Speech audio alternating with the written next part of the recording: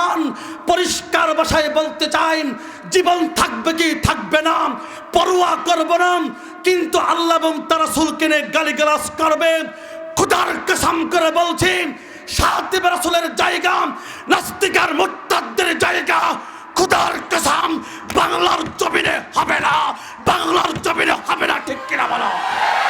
শাহপরানের দেশ, শাহ মাখদুমের দেশ, মুহাম্মদ বিন কাসেমের দেশ, সুলতান সালাউদ্দিন আইয়ুবীর দেশ, সুলতান সালাউদ্দিন আইয়ুবীর দেশ, এরপরে হাজী ইমামউদ্দিন বাঙ্গালীর দেশ, শাইখুল হাদিসের দেশ, শাইখুল ইসলামের দেশ। রক্ত যদি চাও শাপলা চত্বরে রক্ত দিয়েছি, রক্ত যদি চাও পঞ্চগড়ে রক্ত দিয়েছি, ভোলাতে রক্ত দিয়েছি, নাসিরনগরে রক্ত দিয়েছি, হাটহাজারীতে রক্ত দিয়েছি, ঢাকাতে রক্ত দিয়েছি। খোদার কসম ঢাকার বুকে রক্তের বন্যা বয়ে যাবে যতক্ষণ পর্যন্ত আফগান, ফিলিস্তিন, ইরাকের হত্যার হিসেব না দিতে পারবে, ততক্ষণ পর্যন্ত ঢাকার বুকে কোন মানবাধিকার সংস্থার অফিস মুসলমান জিন্দা থাকতে করতে দেওয়া হবে না, করতে দেওয়া হবে না। ঠিক কিনা বলো? আছেন? আলহামদুলিল্লাহ। সাউন্ড বলেন। আলহামদুলিল্লাহ, আলহামদুলিল্লাহ নাহমাদুহু ওয়া নাস্তাঈনুহু ওয়া নাস্তাগফিরুহু ওয়া নু'মিনু বিহি ওয়া নাতাওয়াক্কালু আলাইহি ونعوذ بالله من شرور أنفسنا ومن سيئات أعمالنا من يهده الله فلا مضل له ومن يضلله فلا هادي له ونشهد أن لا إله إلا الله وحده لا شريك له ونشهد أن سيدنا ومولانا محمدا عبده ورسوله أرسله بالحق بشيرا ونذيرا وداعيا إلى الله بإذنه سراجا وقمرا منيرا أما بعد فأعوذ بالله من الشيطان الرجيم إن الذين يؤذون الله ورسوله لعنهم الله في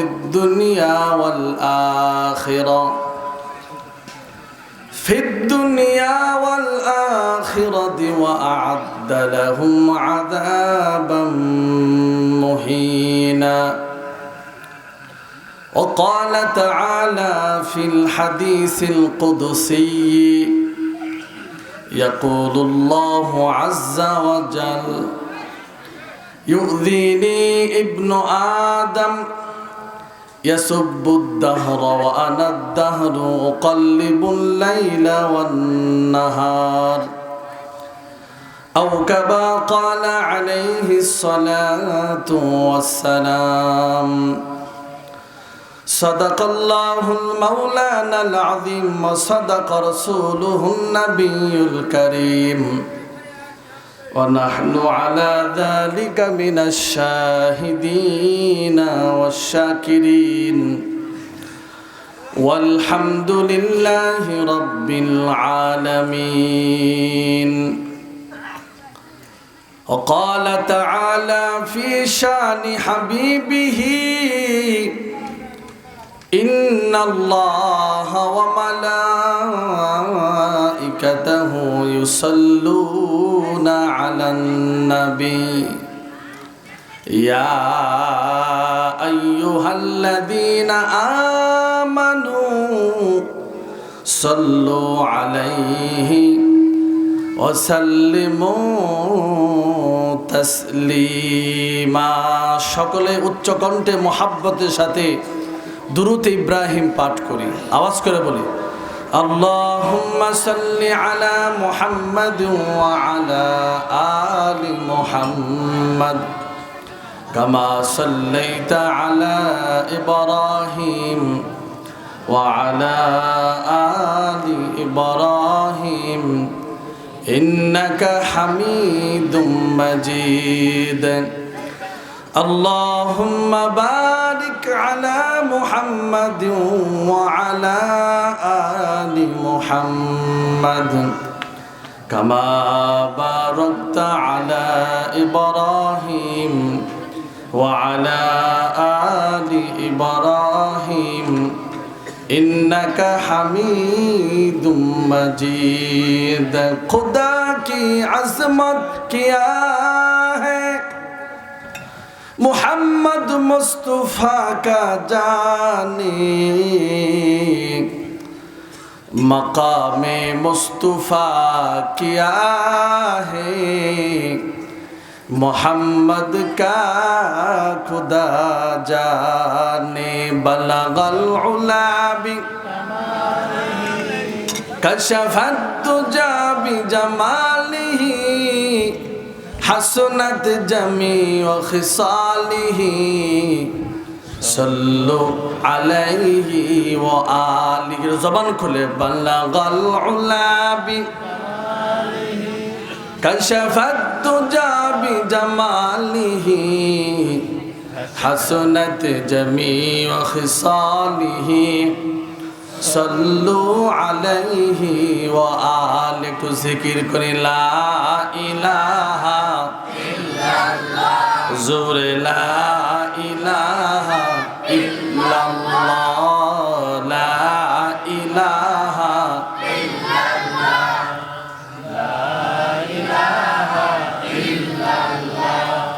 لا إله إلا الله لا إله إلا الله لا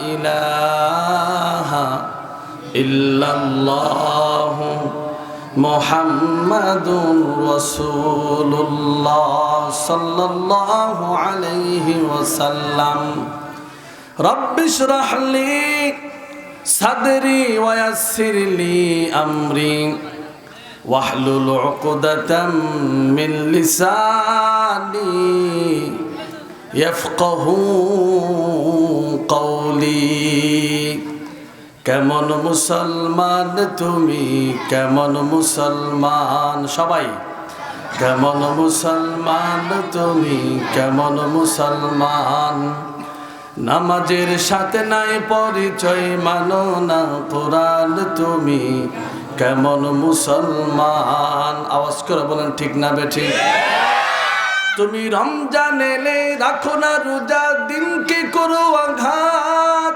পয়সা কুড়ির নেই তো অভাব দাও না তো যাকাত ঠিক না তুমি রমজান এলে রাখো না রোজা দিনকে করো আঘাত পয়সা কড়ির নেই তো অভাব দাও না তু যাকাত তুমি ইমানদারির ভড়াই করো নেই তোমার ইমান ঠিক কি না হুজুরে কোন তুমি ইমানদারির ভড়াই করো নেই তোমার ইমান তুমি এমন মুসলমান কেমন মুসলমান তুমি নামাজের সাথে নাই পরিচয় মানো না কোরআন তুমি কেমন মুসলমান কেমন মুসলমান তুমি তুমি সুদের টাকায় প্রাসাদ গড় ঘুষ ছাড়ো না দিন দুঃখী না খেয়ে মরে খবর রাখো না ঠিক না তুমি সুদের টাকায় প্রাসাদ গড় ঘুষ ছাড়ো না দিন দুঃখী না খেয়ে মরে খবর রাখো না তুমি ঘুষ খেয়েও বিচার করো সাজিয়া প্রধান ঠিক কিনা আমার জোরে কম তুমি ঘুষ খেয়েও বিচার করো সাজিয়া প্রধান তুমি এমন মুসলমান কেমন মুসলমান তুমি কেমন মুসলমান নামাজের সাথে নাই পরিচয়, মানো না কোরআন তুমি কেমন মুসলমান, কেমন মুসলমান তুমি। আলহামদুলিল্লাহ, দারুস সালাম নুরানি মাদ্রাসার উদ্যোগে আজকের মাহফিলের সম্মানিত প্রধান অতিথি, বিশেষ অতিথিবৃন্দ, মুআজ্জাজ মুকাররম জাতির মাথার মুকুট, ওয়ারাসাতুল আম্বিয়া হযরত উলামায়ে কেরাম, দূর দূরান্ত থেকে আগত ইসলাম প্রেমিক তাওহীদি জনতা, পর্দার আড়ালে আমার সম্মানিত মা ও বোনেরা, সকলকে জানায় আন্তরিক শুভেচ্ছা ও প্রাণ ঢালা অভিনন্দন। সর্বোপরি মহান আল্লাহ পাক রব্বুল আলামিনের দরবারে লাখ কোটি শুকর ও সুজুদ যে মহিয়ান গরিয়ান বিধাতা আল্লাহ পাক রব্বুল আলামিন আমাদেরকে ভালোবেসে মহাব্বত করে দ্বীনি এক মজলিসে বসার তৌফিক দান করেছেন। এজন্য সকলে অন্তরে অন্তঃস্থল থেকে বুক ভরা ভালোবাসা নিয়ে শ্রদ্ধার সাথে সিংহের মতো গর্জন দিয়ে, সিনার সমস্ত শক্তি দিয়ে আকাশ বাতাস প্রকম্পিত করে কালিমাতুল শুকর আদায় করে আলহামদুলিল্লাহ।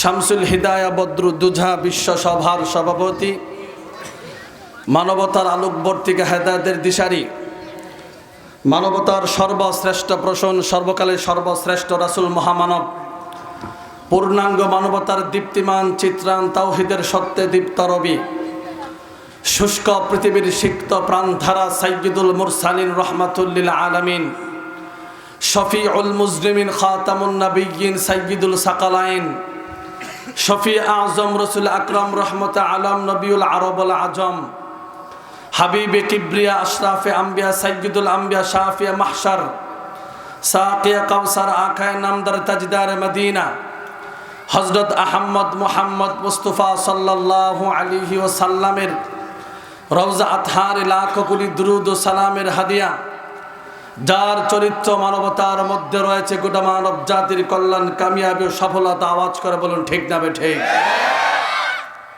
সময় অত্যন্ত টাইট এবং প্যাকেট করা, দীর্ঘ সময় আলোচনা করার অবকাশ নেই। সময়ের সংক্ষিপ্ত পরিসরে যতটুকু সম্ভব আমার তেলাওয়াতকৃত আয়াতের উপর কিঞ্চিত আলোকপাত করার প্রয়াস চালাবো ইনশাআল্লাহ তাআলা। মুহতারাম হাজরিন, ঔষধের বোতলে লেখা দেখবেন, একটা লেখা আছে শেক ওয়েল বিফোর ইউজ, ব্যবহারের পূর্বে ভালোভাবে ঝাঁকি দিয়ে নিন। আছে না নাই? এই লেখা থেকে আমার দিলের ভিতরে একটা কথা উদিত হয়েছে যে আল্লাহ পাক রব্বুল আলামিন তার প্রিয় বান্দাদেরকে বিশেষ করে নিয়ামত দেওয়ার পূর্বে ভালোভাবে ঝাঁকি দিয়ে নেন, পরীক্ষা করে নেন, পরখ করে নেন, এরপর সেই বিশেষ নিয়ামতটা দান করেন। কারণ হচ্ছে আল্লাহ পাকের সেই বিশেষ নিয়ামত বহন করার যোগ্যতা আছে কিনা যাচাই বাছাই করার পরে তাকে সেই নিয়ামত দেন। কথা বলেন ঠিক না বেঠিক? আমার এই কথার প্রমাণ আল্লাহ পাক রব্বুল আলামিন কোরআনের মধ্যে দিয়েছেন। ওয়াইয ইবতালা ইব্রাহিম রাব্বুহু বিকালিমাতিন ফাআতাম্মাহুন। আল্লাহ বলেন, স্মরণ করুন সেই সময়ের কথা যখন ইব্রাহিমকে তার রব পরীক্ষা করলেন কিছু কথোপকথনের মাধ্যমে, তিনি সেইগুলোকে পূর্ণ করলেন। তাফসিরে জালালাইনের ভিতরে ইমাম জালালউদ্দিন সৈয়দ রহমাতুল্লাহি আলাইহি তিনি এই কথোপকথনের ব্যাখ্যা করেছেন। তিনি বলেন, বি আওয়ামির নাওয়াহিন কাল্লাফাহু বিহা। আল্লাহর মাঝে এবং ইব্রাহিম আলাইহিস সালামের মাঝে সেই কথোপকথনগুলো ছিল কিছু আদেশ, কিছু নিষেধ। এই দায়িত্ব আল্লাহ পাক রব্বুল আলামিন দিয়েছিলেন। ফাআতাম্মাহুন্না আদ্দাহুন্না তাম্মাতিন, সেগুলো তিনি পরিপূর্ণভাবে পালন করেছেন। ও কিলা, আবার কেউ কেউ বলেন হিয়া মানাসিকুল হাজ, যে আল্লাহ পাক রব্বুল আলামিন পয়গম্বর ইব্রাহিমকে হজের কিছু বিধিবিধান দিয়েছিলেন, সেই বিধিবিধান তিনি সঠিকভাবে পালন করেছিলেন। আদ্দাহুন্না তাম্মাতিন, পরিপূর্ণভাবে পালন করেছিলেন। ও কিলা, আবার কোন তাফসীরবিদ বলেন আল মাজমাজাতু ওয়াল ইস্তিনশাক ওয়াস সিওয়াকু ওয়া কাসসুশ শারিবি ওয়া ফারকুর রাসি ওয়া কলমুল আজফার ও নাতফুল ইবতি ও হালকুল আনাতি ওয়াল খিতান ওয়াল ইস্তিনজাউ, যে 10টি বিষয়ের দায়িত্ব আল্লাহ পাক রব্বুল আলামিন পয়গম্বর ইব্রাহিমকে দিয়েছিলেন। এই 10টি বিষয়ের কথা আল্লাহর নবী সুনানে ইবনে মাজার ভিতরেও হাদিস বলে গিয়েছেন যে কুলি করা, নাকে পানি দেওয়া, মেসওয়াক করা, মুছ কাটা, চুলে সিটি কাটা, নখ কাটা, বগল নিচে চুল মন্ডন করা, নাভি নিচে চুল কাটা, খতনা করা, ইস্তেঞ্জা করা, 10টি বিষয়। নবাবগঞ্জের মানুষ, যুবক ভাইয়েরা, বৃদ্ধ বাবারা প্রশ্ন করতে পারেন, হুজুর কুলি করার, নাকে পানি দেওয়া জন্মের পর থেকেই তো শিখলাম, এখানে আবার আদেশ কিসের, নিষেধ কিসের? মুহতারাম হাজিরিন, 10টা বিষয়ের প্রত্যেকটা বিষয়ের ভিতরেও আদেশ আছে, নিষেধ আছে। এক পর্যায়ের সংস্কৃতি আছে ইহুদি খ্রিস্টানদের মতো কুলি করা, আবার আরেক পর্যায়ের কুলি আছে আল্লাহর নবী সিরাত অনুযায়ী এবং সুন্নাহ মোতাবেক কুলি করা। কথা বলেন ঠিক না বেঠিক? মেসওয়াক করার কোয়ালিটি আছে, ইস্তেঞ্জা করার সুন্নত নিয়ম আছে, খতনা করার সুন্নত নিয়ম আছে, চুল কাটা, মুছ কাটা, চুলে সিটি কাটার সুন্নত তরিকা আছে। এইগুলোর ভিতরে ইহুদি খ্রিস্টানদের কালচার আছে, আমার বিশ্বনবী আখরি নবীর কালচার আছে। কথা বলেন ঠিক না বেঠিক? ইমাম জালালউদ্দিন সুয়ুতী রহমাতুল্লাহি আলাইহি বুঝাইতে চাইলেন যে 10টি বিষয় তাকে দিয়েছিলেন, তিনি পরিপূর্ণভাবে আদ্দাহুন্না তাম্মাতিন পালন করেছিলেন। এই যে পরীক্ষা ইব্রাহিম আলাইহিস সালাম দিলেন আল্লাহর কাছে, ফল কি দাঁড়ালো? ফল দাঁড়ালো, আল্লাহ বলেন ক্বালা ইন্নী জাইলুকা লিন-নাসি ইমামা। আল্লাহ বলেন আমি ইব্রাহিমকে সমস্ত মানুষের নেতা বানায় দিলাম। আল্লাহু আকবার বলেন। নেতৃত্ব দেওয়ার পূর্বে আল্লাহ পাক রব্বুল আলামিন পয়গম্বর ইব্রাহিমকে পরীক্ষা করেছেন, ঝাঁকি দিয়েছেন, এরপর জাতির নেতা বানিয়েছেন। কথা বলেন ঠিক না বেঠিক? এরপর মিল্লাতা আবিকুম ইব্রাহিম, তাকে জাতির পিতা বানিয়েছেন। এরপরে পরীক্ষা করার পরে, ঝাঁকি দেওয়ার পরে আল্লাহ পাক রব্বুল আলামিন মিল্লাতে ইব্রাহিম বানিয়েছেন, গোটা মুসলিম জাতির পিতা বানিয়েছেন। কথা বলেন ঠিক না বেঠিক? কিন্তু আমার দেশে জাতির পিতা আরেকজন আছে না নাই? এই জোরাগণ কথা কোন ঠিক না বেঠিক? ক্ষমতার জোরে, এরপরে শক্তির জোরে, লাঠির ভরে এই দেশের মানুষকে গিলানোর চেষ্টা করছে জাতির পিতা শেখ মুজিব। কথা কোন ঠিক না বেঠিক? আমরা বলি জাতির পিতা ইব্রাহিম, শেখ মুজিব ঘোড়ার ডিম। কথা বলেন ঠিক না বেঠিক? আপনি 10,000 ভাস্কর্য বানিয়েছেন গোটা বাংলাদেশে, রাষ্ট্রীয় সম্পদ খরচ করেছে 4,000 কোটি টাকা। প্রশ্ন করতে চাই, কার টাকা, কার বাপের টাকা খরচ করে বাপের ভাস্কর্য বানিয়ে মিল্লাতের জাতির পিতা বানানোর চক্রান্ত করেছেন? প্রশ্ন রেখে দিলাম। কথা বলেন ঠিক না বেঠিক? মুহতারাম হাজিরিন, সারা দেশে ভাস্কর্য বানাইলো, আলেম ওলামা বিরোধিতা করলো। ম্যাডাম ভাস্কর্য বানাইছেন ভালো কথা, যাত্রাবাড়ি ধুলাইপাড়, ডানে মসজিদ বামে মসজিদ, একটা মূর্তি বানাবে, সবচেয়ে বড় মূর্তি ভাস্কর্য বঙ্গবন্ধুর। আল্লাহ মামুনুল হক সমস্ত আলেম ওলামাদের পক্ষ থেকে স্ট্রাইকিং পজিশন থেকে বললেন, ম্যাডাম এই মূর্তিটা বানায়েন না, ডানে মসজিদ বামে মসজিদ। আলেম ওলামাদের কথা তার কর্ণপাত করে নাই। তিনি কি করলেন? বিভিন্ন কায়দায় ফেলে আলেম ওলামাদের গ্রেফতার করলেন। আমির হামজা 3 বছর, মামুনুল হক 3 বছর, অকাথ্য নির্যাতন। কথা বলেন ঠিক না বেঠিক? কি দেখলাম? বাতিলের অবস্থা কি হলো? 5 আগস্ট সন্ধ্যা ঘনিয়ে আসার আগে 10,000 ভাস্কর্য নিমিষেই বাংলা থেকে শেষ হয়ে গেল। কথা বলেন ঠিক না বেঠিক? জাতির পিতা যদি হইতো এই দেশের মানুষ ভাস্কর্যগুলো ভাঙতো না। কথা বলেন ঠিক না বেঠিক? আমরা বলি বাতিল যত বড় শক্তিশালী হক না কেন, আর হক যত বড় দুর্বল হক না কেন, দিন শেষে হকের বিজয় হবে বাতিলের উপর। কথা বলেন ঠিক না বেঠিক? ইতিহাস বলে বাতিল যখন নমরুদের রূপ ধারণ করে এসেছে, হক এসেছে ইব্রাহিম খলিলুল্লাহর রূপ ধারণ করে।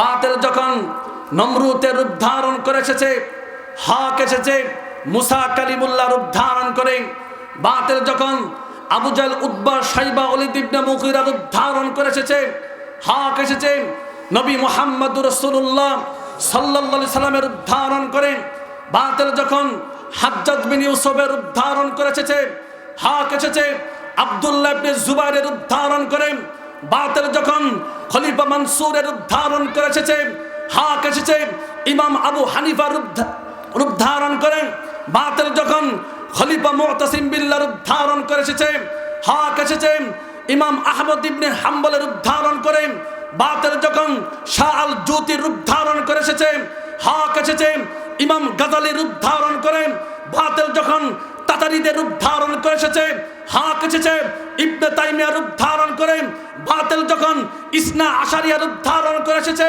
হক এসেছেন শাহ আব্দুল আজিজ মুহাদ্দিদ দেলহবির রূপ ধারণ করেন, বাতিল যখন রাজা রণজিৎ সিংহের রূপ ধারণ করে এসেছে, হক এসেছেন, হক এসেছেন, ইমাম গাজালির রূপ ধারণ করেন, বাতিল যখন ইংরেজদের রূপ ধারণ করে এসেছে, হক এসেছেন শাহ আব্দুল আজিজ মুহাদ্দিদ দেলহবির রূপ ধারণ করেন, বাতিল যখন নাস্তিক মুরতাদের রূপ ধারণ করে এসেছে, হক এসেছে শাইখুল ইসলাম আল্লামা শাহ আহমদ শফির রূপ ধারণ করেন, বাতিল যখন গুজরাতের কোসাইমুদ্দিন রূপ ধারণ করে এসেছে, হক এসেছে হাফেজ জুনায়েদ বাবুনগরীর রূপ ধারণ করেন, বাতিল যখন খুনি মাফিয়া শেখ হাসিনা রূপ ধারণ করে এসেছে, হক এসেছে শহীদ আল্লামা দেলার হোসেন সাইদির রূপ ধারণ করেন, বাতিল যখন মূর্তি ভাস্কর্যের রূপ ধারণ করে এসেছে, হক এসেছে নিষ্ঠাবান হাফেজ বিজ্ঞ আলেম অভিজ্ঞ ফকিহ প্রজ্ঞ মুহাদ্দিস বারবার কারণ নির্যাতিত মাসলুমে মাকায়েদ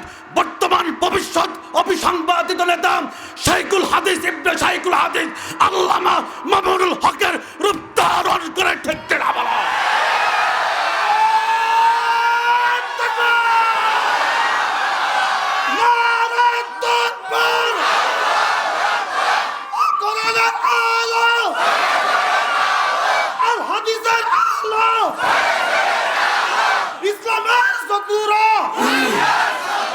আমার নেতা তোমার নেতা বিশ্বের মুসলিম নারায়ে তাকবীর। মুহতারাম হাজিরিন, বাতিল যত বড় শক্তিশালী হবে, হক যত দুর্বল হোক, আল্লাহ পাক রব্বুল আলামিন ইতিহাস বলে কোরআন সুন্নাহ বলে হককে আল্লাহ পাক রব্বুল আলামিন বিজয় দান করেছেন, করবেন। কথা বলেন ঠিক না বেঠিক? এরপর কি হলো? শুধু ইব্রাহিমকে পরীক্ষা করেছে বিষয়টা এমন নয়, আল্লাহ পাক রব্বুল আলামিন আরো পরীক্ষা করেছেন সাহাবায়ে কেরামকে, নবী রাসূলদেরকে। সে কথা আল্লাহ পাক রব্বুল আলামিন কোরআনে বলেছেন, বল মাসাদহুমুল বাসা ওয়াদ-দাররা ওয়া যুলজিলু হাত্তা ইয়াকুলা রাসূলু ওয়াল্লাযীনা আমানু মাআহু মাতা রাসূলুল্লাহ। এবং দারিদ্রতা আক্রমণ করেছিল, আক্রান্ত হয়েছিল, ও যুলজিলু এবং তারা প্রকম্পিত হয়েছিল। এমন ব্যাধি আর আক্রান্ত রোগ আক্রান্ত হলো, এবং তারা কম্পন ছিল। নবীর সাথে রাসূলুল্লাহ বলল, আল্লাহ তোমার সাহায্য কখন আসবে? মুহতারাম হাজিরিন, তাদেরকে ব্যাধি আক্রমণ করেছিল, দারিদ্রতা আক্রমণ করেছিল। আমাদেরকে বর্তমান ফ্যাসিস্ট 15 বছর ডিজিটাল বাংলাদেশ, মধ্য আয়ের দেশ আর স্মার্ট বাংলাদেশের স্বপ্ন দেখাইছে। অজুলজিলু সাহাবায়ে কেরাম তারা ভীত সন্ত্রস্ত ছিল। এই জানে আবু জাহেলের লোকেরা আমাদেরকে ধরে নিয়ে যায়। 15 বছর দেশের মানুষ রাতের বেলা ঘুমায়, তার চিন্তা করতো সকালবেলা নাকি শ্বশুর বাড়ি কারাগারে যেতে হয়। এই ফ্যাসিস্টের পুলিশ লীগের ভয় পাইতো। কথা বলেন ঠিক না বেঠিক? আল্লাহ পাক রব্বুল আলামিন সাহাবায়ে কেরামের মতো আমরাও বলছিলাম, আল্লাহ কবে তোমার সাহায্য হবে? সারা 15 বছর বলছে খেলা হবে, আল্লাহ খেলা দেখাই দিছে। কথা কোন ঠিক না বেঠিক? এরপরে খেলার জন্য আহ্বান করলো, আমরা তো ঠিকই নামলাম, কিন্তু রেফারি আর খেলোয়াড় খুঁজে পাইলাম না। কথা কোন ঠিক না বেঠিক? বিমানবন্দর দিয়ে হেলিকপ্টার দিয়ে শ্বশুর বাড়ি দিল্লি গিয়ে পড়ছে, খেলোয়াড় খুঁজে পাইনি। কথা কোন ঠিক না বেঠিক? আল্লাহ পাক রব্বুল আলামিন আরো পরীক্ষা করেছেন, ওযুলজিলু জিলজালান শাদীদা। ওই সাহাবায়ে কেরামকে শক্তভাবে প্রকম্পিত করা হয়েছিল। আল্লাহ পাক রব্বুল আলামিন এরপরে নেতৃত্ব দিয়েছেন। ঠিক তেমনি ভাবে আল্লাহ পাক রব্বুল আলামিন আমাদের নবী হলেন সর্বশ্রেষ্ঠ নিয়ামত। এই নিয়ামত দেওয়ার পূর্বে 3 ব্যক্তিকে পরীক্ষা করেছেন, মা আমেনা, আব্দুল্লাহ আর আব্দুল মুত্তালিব। 3 ব্যক্তিকে পরীক্ষা করার পর আপনারা আমার নবীকে আমাদের কাছে দিয়েছেন। আর এই জন্যই পরীক্ষা করেছেন, আসমানের নিচে জমিনের উপরে আল্লাহর পরে কোন নিয়ামত থাকলে নবী মুহাম্মদুর রাসূলুল্লাহ সাল্লাল্লাহু আলাইহি ওয়াসাল্লাম সবচেয়ে বড় নিয়ামত। এই নিয়ামত এই উম্মত রক্ষা করতে পারবে কিনা পরীক্ষা করার পর আল্লাহ পাক রব্বুল আলামিন দিয়েছেন। মুহতারাম হাজিরিন, সূরাতুল আহজাব থেকে আপনাদেরকে আমি তেলাওয়াত করেছি। ওই আয়াতের মধ্যে আল্লাহ পাক রব্বুল আলামিন নবীর ইজ্জতের হেফাজতের রক্ষা কবচ করে দিয়েছেন। বলবেন কিভাবে? আল্লাহ তাআলা বলেন, ইন্নাল্লাযীনা ইউযুনাল্লাহা ওয়া রাসূলাহু লা'নাহুমুল্লাহু ফিদ দুনিয়া ওয়াল আখিরাহ ওয়া আ'আদ্দা লাহুম আযাবাম মুহিনা। আল্লাহু আকবার। আল্লাহ পাক রব্বুল আলামিন নিশ্চয়ই তারা যারা আল্লাহ এবং তার রাসূলকে কষ্ট দেয় তাদের জন্য দুনিয়া এবং আখিরাতে তারা অভিশপ্ত, এবং তাদের জন্য প্রস্তুত করে রাখা হয়েছে জাহান্নামের শাস্তি। আল্লাহকে কষ্ট দেয় কিভাবে? নবীকে কষ্ট দেয় কিভাবে? হাদিসে কুদসির মধ্যে আল্লাহ পাক রব্বুল আলামিন কষ্ট পায় কখন? ইয়াকুলুল্লাহু আযজা ওয়া জাল ইউযিনি ইবনু আদম ইয়াসুব্বুদ দাহরা ওয়া আনা আদ-দাহরু উকাল্লিবুল লাইলা ওয়ান নাহার। পয়গম্বর বলেন যে আল্লাহ তাআলা তার হাদিসে কুদসির মধ্যে বলেন, আদম সন্তান আমাকে কষ্ট দেয়। কিভাবে কষ্ট দেয়? বল, আদম সন্তান জামানাকে গালি দেয়, সময়কে কষ্ট দেয়। আল্লাহ বলেন অথচ সময় আমি সৃষ্টি করেছি এবং এই সময়ের দিন রাত্রির পরিবর্তন আমি আল্লাহ পাক রব্বুল আলামিন করি। কিন্তু সময়কে আদম যখন কষ্ট দেয় আল্লাহ বলেন আমি বড় কষ্ট পাই। প্রশ্ন করতে পারেন, হুজুর সময়কে মানুষ কিভাবে গালি দেয়? আপনারা যে গালি দেন নতুন না, জাহিলি যুগে নবীর যুগেও গালি দিত। কাফেররা বলতো ইয়া খাইবাতাদ দাহরা ফাআলা বিনা কাযা ওয়া কাযা। তারা বলতো হে সময়ের বঞ্চনা, সময় আমাদের সাথে এমন করেছে এমন করেছে। এর অর্থ হলো কোন ব্যক্তি ব্যবসায় লস খাইছে, যদি প্রশ্ন করা হয় ভাই অবস্থা কেমন, সে বলতেছে সময় বড় খারাপ। কি বলে? সময় বড় খারাপ। অথচ নিজের ব্যর্থতার কারণে ব্যবসায় মার খাইছে, ব্যর্থতার কথা বলে না, সময়কে গালি দেয়। কথা কোন ঠিক না বেঠিক? ঠিক এইভাবে যখন বৃষ্টি বর্ষণ হয়, একজনের ক্ষেত নষ্ট হয়েছে আরেকজনের নষ্ট হয় নাই, বলে আল্লাহ পাক রব্বুল আলামিন আমার ক্ষেতটা দেখলো তার ক্ষেত দেখলো না। এইভাবে যখন বলা হয় আল্লাহ পাক রব্বুল আলামিন বড় কষ্ট পায়।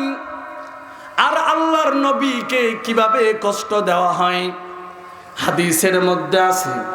পয়গম্বর বলেন আল্লাহ আল্লাহ ফি আসহাবি লা তাত্তাখিযুহুম গরদাম মিন বাদি ফামান আহাব্বাহুম ফাবিহুব্বি আহাব্বাহুম ওয়া মান আবগাদাহুম ফাবিবুগদি আবগাদাহুম ওয়া মান আযাহুম ফাকাদ আযানি ওয়া মান আযানি ফাকাদ আযাল্লাহ ওয়া মান আযাল্লাহা ইউশিকু আন ইয়াখুদাহু।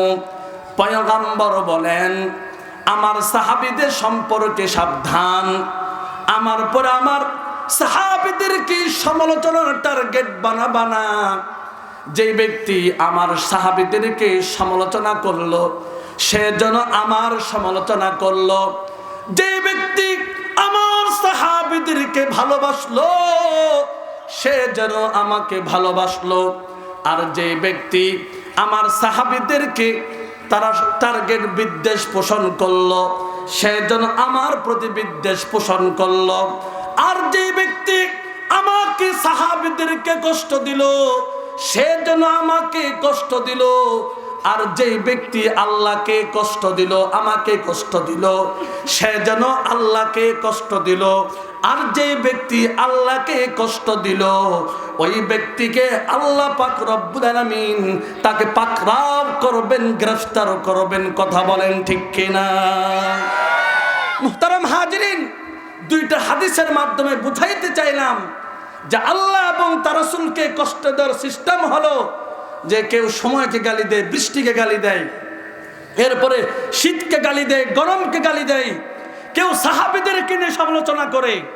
সব কিছুর অর্থ হলো আল্লাহ এবং তার রাসূলকে কষ্ট দেওয়া। কথা বলেন ঠিক না? তবে আয়াত নাজিলের আরেকটা প্রেক্ষাপট আছে। প্রেক্ষাপটটা কি? যে আল্লাহ রাসূল বিবাহ করলেন হযরত সুমাইয়া রাদিয়াল্লাহু তাআলা আনহাকে। মনে রাখবেন, আল্লাহ পাক রব্বুল আলামিন আল্লাহর নবী যত বিবাহ করেছেন সব বিবাহ ঘটকালি করছে আল্লাহ পাক রব্বুল আলামিন। আল্লাহু আকবার বলেন। আল্লাহর ইশারায় আল্লাহর নবী বিবাহ করেছেন, ইশারা ছাড়া বিবাহ করেননি। মুহতারাম হাজিরিন, সুমাইয়া রাদিয়াল্লাহু তাআলা আনহাকে যখন বিবাহ করলেন কাফের বেঈমানের গোষ্ঠীরা তারা সমালোচনা শুরু করতে লাগলো। রাসূল এটা কি করলো? আমাদের সমাজ যেমন আছে না, আকাম কুকাম করে ঘুরবে, কেউ কিছু বলবে না। মাগার একটা বিবাহ তো 14 গোষ্ঠী উদ্ধার করে ছাড়ে। কথা কোন ঠিক না বেঠিক? আর মহিলারা তো সংসার করবে না, স্টেট কাট। কথা কোন ঠিক না বেঠিক? জামাই আরেকজন আকাম কুকাম করে মেনে নিবে, স্ত্রী আরেক জায়গায় আকাম করবে মেনে নিবে, কিন্তু নিজের স্বামী আরেকটা বিবাহ করলে মানবে না। আছে না নাই?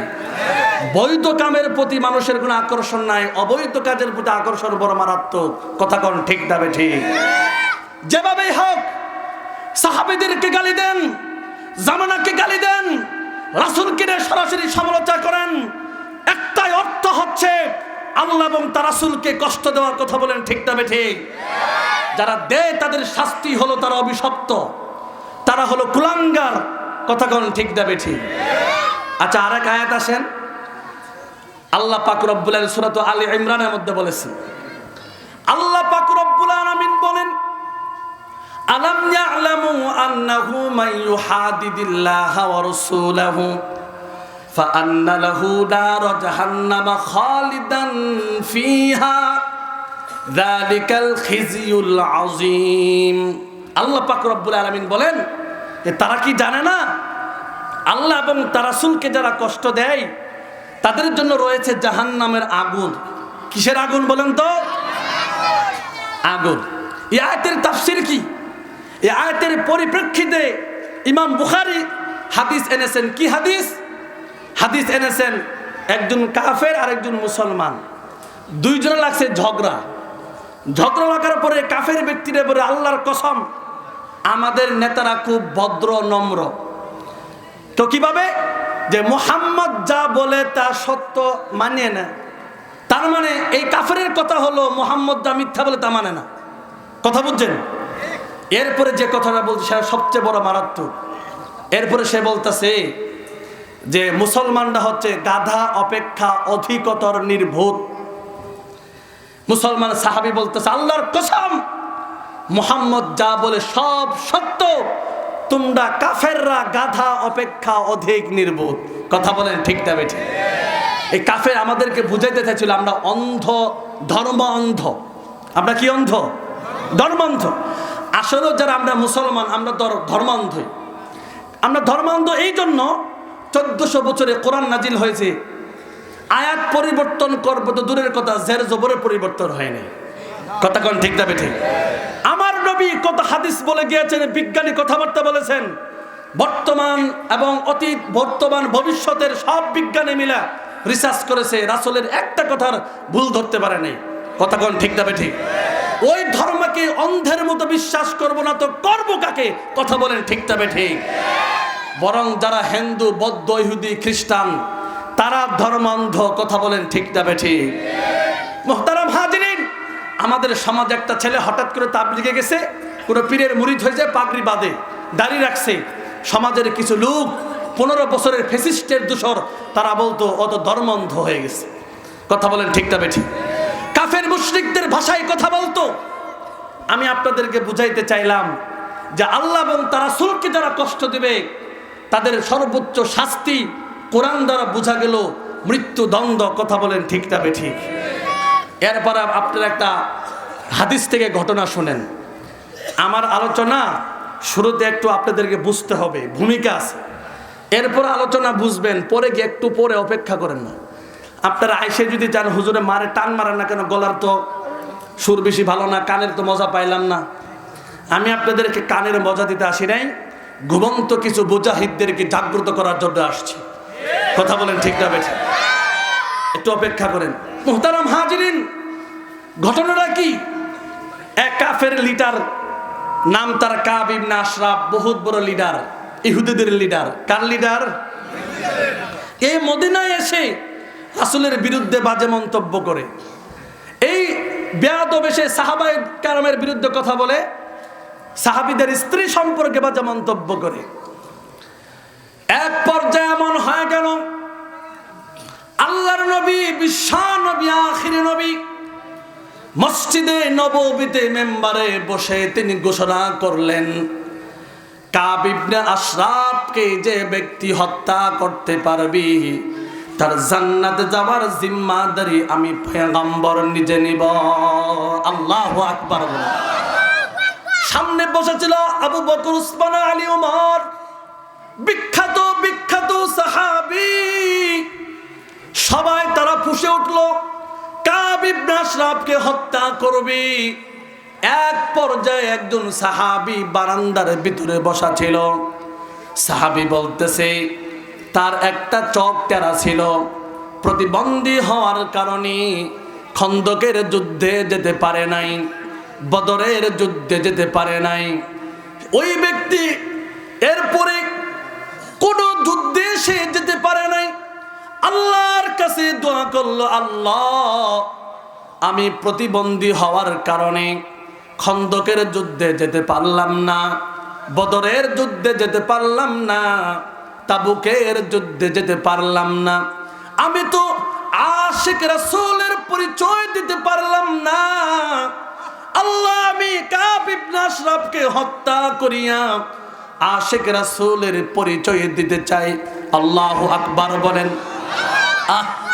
সাহাবীর সেই দোয়া সাত আসমান ভেদ করিয়া, আরশে আজিম ভেদ করিয়া আল্লাহ তাআলার দরবারে চলে গেল। ওই সাহাবী মসজিদ থেকে বের হয়ে গেল, বাসায় গেল, খঞ্জরটা নিল, মার কাছ থেকে দোয়া নিল। এরপর কাব ইবনে আশরাফের বাড়ির ঘেটের ভিতরে ঢুকলেন। দারোয়ান যেতে দেয় না, অনুনয় বিনয় করে ঢুকলেন। দেখলেন সন্ধ্যা হয়ে যাচ্ছে, রাত হচ্ছে, নেতারা তার সাথে দেখা করে বিদায় নিচ্ছে। এক পর্যায়ে রাত গভীর হয়ে গেল।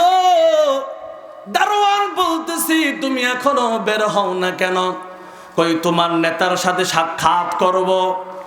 ও তখন দারোয়ান বলে, রাতের বেলা কাব ইবনে আশরাফ আমাদের নেতা কারো সাথে সাক্ষাৎ করে না।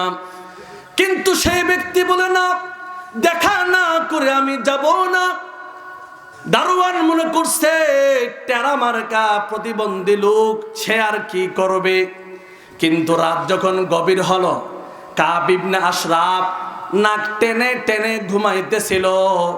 জালানাটা দিয়ে তার নাক টার্গেট করিয়া বড় বড় খঞ্জর নিক্ষেপ করলো। খঞ্জর নিক্ষেপ করার পর সেই খঞ্জরকে একটা লাড়া দিল, আবার বের করলো, আবার মারলো। এইভাবে মারার পর ছাদের উপর চলে গেল।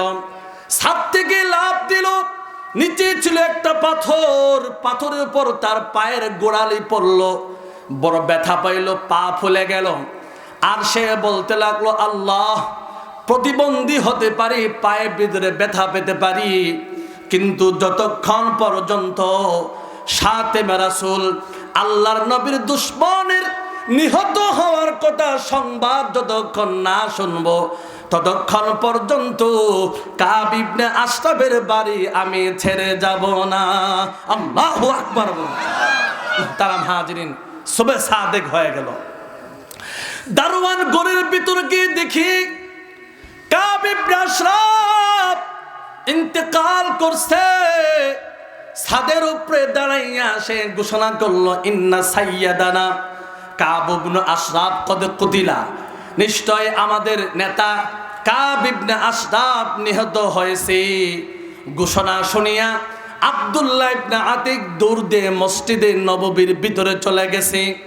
ফজর আজান হয়ে গেছে, দেখে আল্লাহর নবী মসজিদের মেম্বারে বসা, মাথা দিয়ে শরীর দিয়ে ঘাম ঝরতেছে। আব্দুল্লাহ ইবনে আতিক চিন্তা করলেন, এখন ওহী নাজিল হচ্ছে, এখন কথা বলা যাবে না। ওহী নাজিল শেষ হয়ে গেল। এবার আল্লাহর নবী বলতেছেন, আব্দুল্লাহ ইবনে আতিক কই, তুমি আসনি? সে বলতেছে, লাব্বাইক, আমি উপস্থিত। পয়গম্বর বলেন, আব্দুল্লাহ ইবনে আতিক কিন্তু গিয়ে বলে নাই আমি কাব ইবনে আশরাফকে হত্যা করছি। চুপচাপ তিনি বসে আছেন। আল্লাহ নবী বলতেছেন, আব্দুল্লাহ ইবনে আতিক, তুমি এমন মহৎ কাজ করছো, আল্লাহ তাআলা তোমার উপর এত খুশি হয়েছে, আসমান থেকে জিব্রাইলের মাধ্যমে জানাই দিছে তুমি কাব ইবনে আশরাফকে হত্যা করেছ। আল্লাহু আকবার বলো। মুসলমান ভাইরা আমার, আব্দুল্লাহ ইবনে আতিক কাঁদতে লাগলো। এক পর্যায়ে হেঁটে হেঁটে সামনে যেতে পারে না, পায়ের গোড়ালির ভিতরে ব্যথা। পয়গম্বর বলে, তোমার পায়ের ভিতরে কি হয়েছে? ঘটনা খুলে বলল। আল্লাহর নবী থুতু মুবারক তার পায়ের ভিতরে লাগিয়ে দিল। আব্দুল্লাহ ইবনে আতিক বলতেছে, আমার মনে হয় মুখের থুতুটা লাগানোর পর আমার কাছে এমন অনুভূতি হয়েছে, জিন্দেগিতে ব্যথা যেন কোনোদিন আমি পাই নাই। আল্লাহু আকবার বলেন। মুহতারাম হাজিরিন, এইভাবে আল্লাহর নবী জিন্দা থাকা অবস্থায় যারা আল্লাহ এবং তার রাসূলকে কষ্ট দেয়, তার অভিশপ্তর কোয়ালিটিটা হলো, আল্লাহর নবী জিন্দা থাকা অবস্থায় তাদের শাস্তি হয়েছে মৃত্যুদণ্ড। কথা বলেন ঠিক না বেঠে?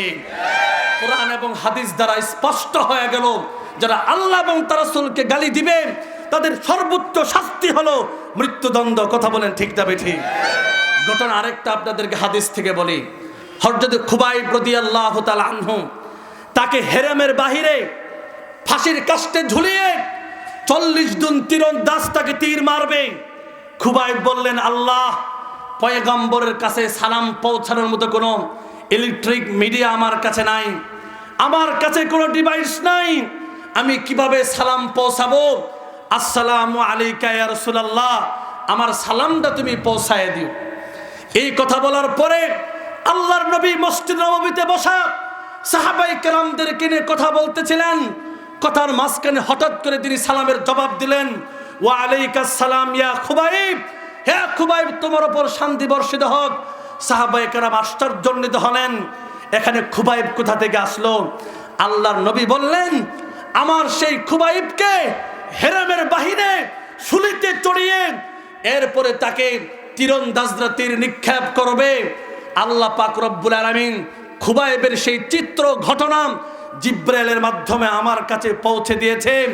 মজার ঘটনা হলো, খুবাইবকে কাফেররা অফার দিয়েছিল, আপনি শুধু বলেন যে আপনার এই জায়গায় আল্লাহ রাসূলকে রাখা হোক, তাহলে তোমাকে আমরা ছেড়ে দিব। খুবাইব সেদিন কথা বলেছিলেন, আল্লাহর কসম করে বলছি, এই কথা বলবো তো দূরের কথা, আমার এই স্থানে বিশ্বনবী বসবে তো দূরের কথা, খুবাইবের শরীরে এক বিন্দু রক্ত থাকা পর্যন্ত রাসূলের কোনো সময় পৃথিবীর কোনো প্রান্তে তার পায়ের ভিতরে কাটা বিঁধবে, আমি খুবাইব জিন্দা থাকতে বরদাস্ত করব না। কথা বলেন ঠিক না বেঠিক? এইভাবে সাহাবায়ে কেরাম আল্লাহ রাসূলের ইজ্জতে, নিরাপত্তার, রক্ষা কবচের দায়িত্ব পালন করে গিয়েছেন। এই দায়িত্ব আপনার উপর আমার উপর এসে পড়েছেন। কারণ হচ্ছে রাসূলুল্লাহ সাল্লাল্লাহু আলাইহি সাল্লাম মানব সভ্যতার অহংকার। রাসূলুল্লাহ সাল্লাল্লাহু আলাইহি সাল্লামের কাছে গোটা মানব জাতির তিনি পৃথিবীকে একটি উন্নত, সমৃদ্ধ, আলোকিত সমাজ উপহার দিয়েছেন। কিন্তু দুঃখজনক হলেও সত্য যে মানব জাতির প্রতি এত বড় অনুগ্রহশীল এই মহামানবের প্রতি এক শ্রেণীর অমানুষ, পাপিষ্ঠ, নরধম প্রায় অবমাননাকর মন্তব্য করে নিজেদের হীন মানসিকতার জানান দেয়। রাসূলুল্লাহ সাল্লাল্লাহু আলাইহি সাল্লামের অতুলনীয় চরিত্রে কালিমা লেপনের অপচেষ্টা চালাইন। এতে করে স্বাভাবিকভাবেই রাসূল প্রেমিক মুসলিম উম্মাহা হৃদয়ে রক্তক্ষরণ ঘটে, প্রতিবাদে সমুদ্র হিমাচল কেঁপে ওঠে। অনেক সময় সাম্প্রদায়িক দাঙ্গা বেঁধে যায়, ফলে বিপর্যয় আর বিশৃঙ্খলার আগুনে সমাজ পরে সরকার হয়ে যায়। কথা বলেন ঠিক না ঠিক? আমরা বলেছিলাম নাস্তিক আর মুরতাদদের সর্বোচ্চ শাস্তি, সাহাবী রাসূলের সর্বোচ্চ শাস্তি হবে মৃত্যুদণ্ড। মুসলমান স্বাধীনতার 53 বছরে গত শাসক গত হলো, কোন শাসকের এই কথা কর্ণপাত করে নাই। আজ যদি নাস্তিক আর মুরতাদদের এবং সাহাবী রাসূলের সর্বোচ্চ শাস্তি মৃত্যুদণ্ডের আইন পাশ করত, তোমার আমার বাংলাদেশে নাস্তিক মুরতাদ সাহাবী রাসূলদের জন্ম হতো না। দাউদ হাজারী নামক এক কুলাঙ্গার যখন ইসলামকে নিয়ে আল্লাহকে নিয়ে কটূক্তি করেছিল, গোটা বাংলাদেশের সমস্ত মানুষ ফুঁসে উঠেছিল, কিন্তু সরকারের সেই কথা কর্ণপাত করে নাই। আজ কুলাঙ্গার দাউদ হাজারের বিচার হলে কুলাঙ্গার সালমান রুশদির জন্ম বাংলার জমিনে হতো না। সালমান রুশদির বিচার হলেন কুলাঙ্গার হুমায়ুন আজাদের জন্ম বাংলার জমিনে হতো না। হুমায়ুন আজাদের বিচার হলেন কুলাঙ্গার ডক্টর আহমদ শরীফের জন্ম বাংলার জমিনে হতো না। ডক্টর আহমদ শরীফের বিচার হলেন কুলাঙ্গার তসলিমা নাসরিনের জন্ম বাংলার জমিনে হতো না। তসলিমা নাসরিনের বিচার হলেন কুলাঙ্গার ফরিদা রহমানের জন্ম বাংলার জমিনে হতো না। ফরিদা রহমানের বিচার হলেন শ্যাম বাসিলাম শ্যামল কান্দির জন্ম বাংলার জমিনে হতো না। শ্যামল কান্দির বিচার হলেন কবির চৌধুরী কবি শামসুর রহমানের জন্ম বাংলার জমিনে হতো না। কবি শামসুর রহমানের বিচার হলেন হাসানুল হক এনন রাশেদ খান মেনন মুরগিজুরা শাহরিয়া কবিরের জন্ম বাংলার জমিনে হতো না। তার বিচার হলেন ইমরান এই সরকার কুলাঙ্গার লতিফ সিদ্দিকী কুলাঙ্গার আসাদুরের জন্ম বাংলার জমিনে হতো না। এটাকে বলা হয় only on dose complete for delayed. এক নাস্তিককে ফাঁসির কাস্টে ঝুলিয়ে শত নাস্তিককে সাইজ করার বিধান আল্লাহ পাক রব্বুল আলামিন ইসলামে বাতলে দিয়েছেন।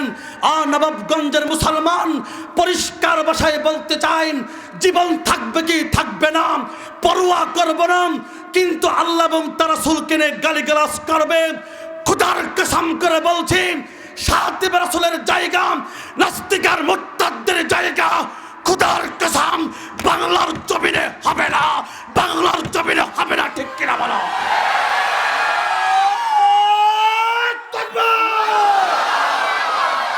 নারে তাকবীর, আল কোরআনের আলো, আল হাদিসের আলো, আমার নেতা তোমার নেতা বিশ্বের মুসলিম। নারে তাকবীর। মুহতারাম হাজিরিন, এই দেশে কিছু হিন্দু সংগঠন ইসকন নামক এক সংগঠন উৎপাত শুরু করেছে। কথা বলেন ঠিক না বেঠিক? তারা মনে করে দেশটা তাদের বাবার কথা কোন ঠিক না বেঠিক? আমরা বলি হাজারো ব্যক্তির কবর লাখো লাখো মানুষের পবিত্র রক্তের উপর ভর করে ইসলাম ঢাকা হয়ে শিবগঞ্জ হয়ে আপনাদের কাছে পৌঁছেছে। কথা বলেন ঠিক না বেঠিক? মুহতারাম হাজিরিন, আপনি সুদূর আটলান্টিক মহাসাগরের পূর্ব পার্শ্বে মদিনাতুল আসিফে থেকে দেখেন হযরতে উসম বিন আব্বাসের কবর সেখানে পড়ে আছে। সুদূর জর্দান গিয়ে দেখেন জাফরে তৈয়ার আব্দুল্লাহ ইবনে রাওয়াহার কবর সেখানে পড়ে আছে। সুদূর তুরস্কের ইস্তাম্বুলে গিয়ে দেখেন আবু আইয়ুব আনসারীর কবর সেখানে পড়ে আছে। সুদূর মিশর গিয়ে দেখেন আমর বিন আসের কবর সেখানে পড়ে আছে। সুদূর ইরাকে গিয়ে দেখেন আব্বাস রাদিয়াল্লাহু তাআলা আনহুর কবর সেখানে পড়ে আছে। সুদূর দামেস্কে গিয়ে দেখেন হযরত বেলালের কবর সেখানে পড়ে আছে। সুদূর কুফাতে গিয়ে দেখেন হযরত আলীর কবর সেখানে পড়ে আছে। সুদূর বসরায় গিয়ে দেখেন হযরত আনাস রাদিয়াল্লাহু তাআলা আনহুর কবর সেখানে পড়ে আছে। সুদূর আরব সাগরের পারে মাকামে ঈসা গিয়ে দেখেন হযরত আবু আব্দুল্লাহর কবর সেখানে পড়ে আছে। সুদূর সোমালিয়াতে গিয়ে দেখেন হযরত ফজল ইবনে আব্বাসের কবর সেখানে পড়ে আছে। সুদূর ময়দানে উহুদে গিয়ে দেখেন হযরতে আমর ইবনে জুমুর কবর সেখানে পড়ে আছে। হাজারো ব্যক্তির কবর, লাখো লাখো মানুষের রক্তের উপর ভর করে ইসলাম আমাদের পর্যন্ত এসে পৌঁছেছে। বসেছে। ইসলামকে নিয়ে কোন ইসকনের কুলাঙ্গার হিন্দু সম্প্রদায় দুদিন বাধাগ্রস্ত করতে চাই, ইসলামকে নিয়ে যদি টানা হেঁচড়া করতে চাই, ইসলামকে নিয়ে যদি কটূক্তি করতে চাই, ও জাতি আপনারা কি করবেন আমি জানি না।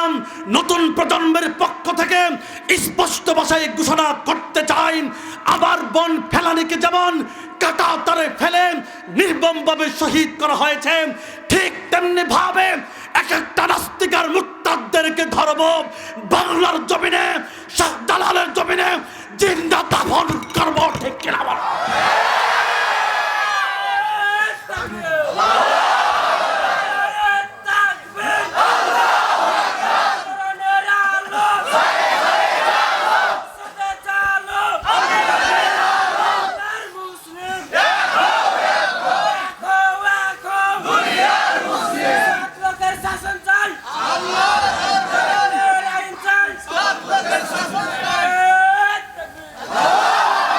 মোহতারাম হাজিরিন, ভারত সাম্রাজ্যবাদীদের গ্রাস থেকে বাংলা মুক্ত হয়েছে, এখন আবার আমেরিকান সাম্রাজ্যবাদী আমার এই দেশটাকে খুবলে খুবলে খাবার চক্রান্ত চলছে। কথা বলেন ঠিক না বেঠিক? সেই আমেরিকা সাম্রাজ্যবাদী তারা বলে জাতিসংঘ থেকে মানবাধিকার সংস্থার অফিস খুলবে রাজধানী ঢাকার বুকে। কথা বলেন ঠিক না বেঠিক?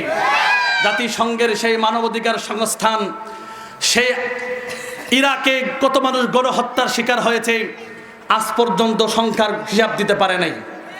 আফগানিস্তানে 20 বছরে কত মানুষ হত্যা হয়েছে হিসাব সেই মানবাধিকার সংস্থা দিতে পারে নাই। ফিলিস্তিনে আমার কত ভাই বোন শহীদ হয়েছে আজ পর্যন্ত জাতিসংঘের সেই মানবাধিকার সংস্থার অফিস হিসাব দিতে পারে নাই। বাংলাদেশে আসছে মানবাধিকার সবক দিতে। কথা কোন ঠিক না বেঠিক? বলতে চাই এই দেশটা নাস্তিক আর মুরতাদদের দেশ নয়, এই দেশ আব্রাহাম লিঙ্কনের নয়, এই দেশ লেনিনের নয়, এই দেশ মাও সেতুংয়ের নয়, এই দেশ বুশ ট্রাম্প জো বাইডেনের নয়, এই দেশ গুজরাটের কসাই মুদির নয়। কথা বলেন ঠিক তবে ঠিক? এই দেশ 92% মুসলমানের, শাহপরানের দেশ, শাহ মাখদুমের দেশ, মোহাম্মদ বিন কাসেমের দেশ, সুলতান সালাউদ্দিন আইয়ুবীর দেশ, সুলতান সালাউদ্দিন আইয়ুবীর দেশ, এরপরে হাজী ইমামউদ্দিন বাঙ্গালীর দেশ, শাইখুল হাদিসের দেশ, শাইখুল ইসলামের দেশ। রক্ত যদি চাও শাপলা চত্বরে রক্ত দিয়েছি, রক্ত যদি চাও পঞ্চগড়ে রক্ত দিয়েছি, ভোলাতে রক্ত দিয়েছি, নাসিরনগরে রক্ত দিয়েছি, হাটহাজারীতে রক্ত দিয়েছি, ঢাকাতে রক্ত দিয়েছি। খুদার কসম ঢাকার বুকে রক্তের বন্যা বয়ে যাবে যতক্ষণ পর্যন্ত আফগান, ফিলিস্তিন, ইরাকের হত্যার হিসেব না দিতে পারবে ততক্ষণ পর্যন্ত ঢাকার বুকে কোন মানবাধিকার সংস্থার অফিস মুসলমান জিন্দা থাকতে করতে দেওয়া হবে না, করতে দেওয়া হবে না। ঠিক কিনা বলো?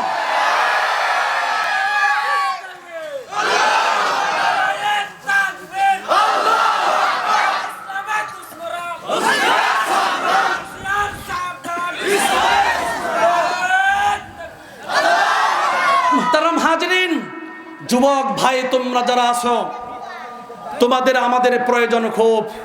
কথা কোন ঠিক না বেঠিক? তোমরা আমাদের কাছে আম কাঁঠালের বিচির মতো দামি। আম কাঁঠালের বিচির মধ্যে যেমন লক্ষ লক্ষ আম কাঁঠাল লুকায়িত থাকে, একজন যুবকের ভিতরে লক্ষ লক্ষ মানুষের হেদায়েতের মশাল রয়েছে। কথা বলেন ঠিক না বেঠিক? তোমরা আমাদের কাছে লাখ লাখ কোটি কোটি টাকার চেকের মতো দামি।